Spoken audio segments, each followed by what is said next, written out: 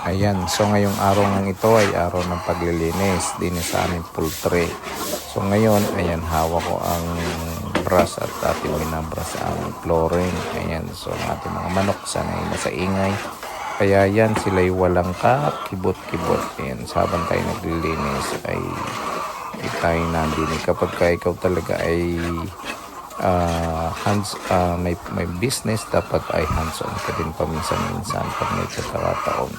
Ayan, tayo tinutulungan natin dito yung ating mga tao, si Ate Charlotte saka si Kuya Roy sa paglilinis. Ayan, so medyo madumi din ang poultry kaya dapat laging nililinis. Yan ang magiging pang-alis ng langaw natin. Ayan, so linis-linis lang tayo tutulong. At sa lahat ng mga nagtatanong, ayan, ito yun ang paraan natin para makaiwas sa pagdami ng langaw. So yan, tayo ay nagpa-brush muna. Tayo ay ating binasa ng tubig. Ngayon naman ay Reyes at Charlotte Dine ay kanyang inisprayan ng tubig yung ilalim. Mga manok ay sanay na rin at hindi na natatakot. Ayan, kitang-kita niya naman, napakalinis na.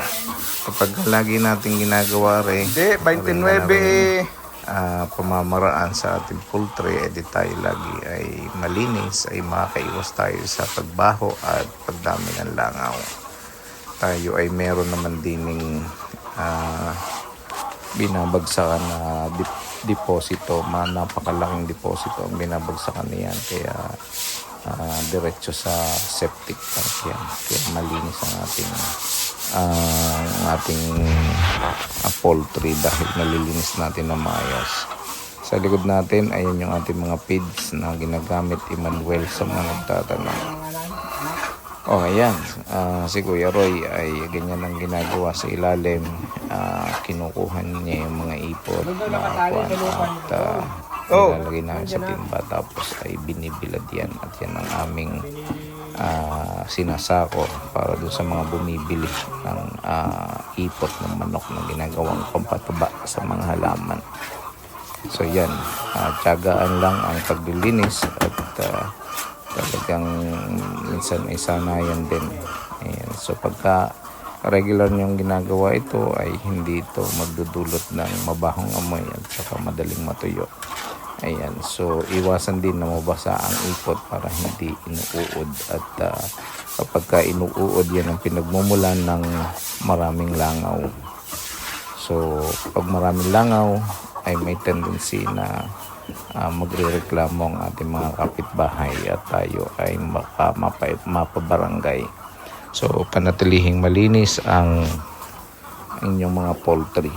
Ayan, so dakutin ng ipot, alisin ng ipot at linisin. Ayan, i-power spray ang mga ilalim para yung mga natitirang mga dumi-dumi at mga uod-uod kung meron man ay matanggal natin.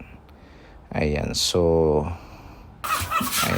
tuloy pa rin ang ating paglilinis. Ayan, ngayon naman ay winawalis na ni Kuya Roy yung mga natira-tira na mga dumi-dumi.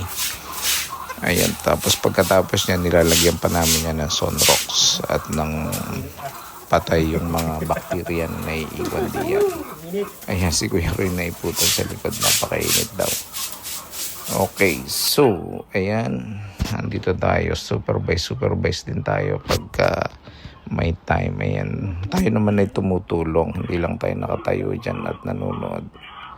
Ayan, so tayo ay tumulong kanina ng pagbabras diyan, at saka tinitingnan natin talaga kung paano nililinis ng maayos ang ating poultry. So napakahalaga na meron kang masipag at maasahan ng mga tao na makagagawa ng mga ganitong gawain sa loob ng poultry. Kasi kung hindi ay yan ang pagmumulan ng problema sa barangay. Sigurado na magkakalangaw, tapos medyo magkakamoy. At kung ikaw ay malapit sa kabahayan ay siguradong mayroong reklamo kang matatanggap galing sa mga tao na kapitbahay mo. So panatiling malinis ang poultry, lalong-lalo na kung malapit sa mga bahayan.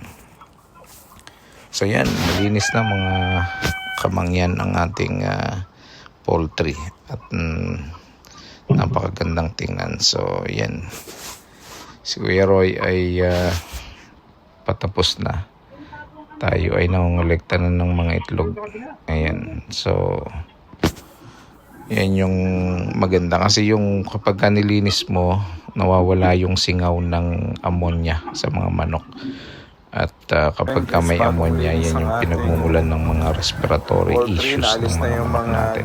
Saka hindi din yan maganda sa health ng mga taga-alaga natin. Kaya dapat inaalis yan at nililinis na maayos. So yun lang.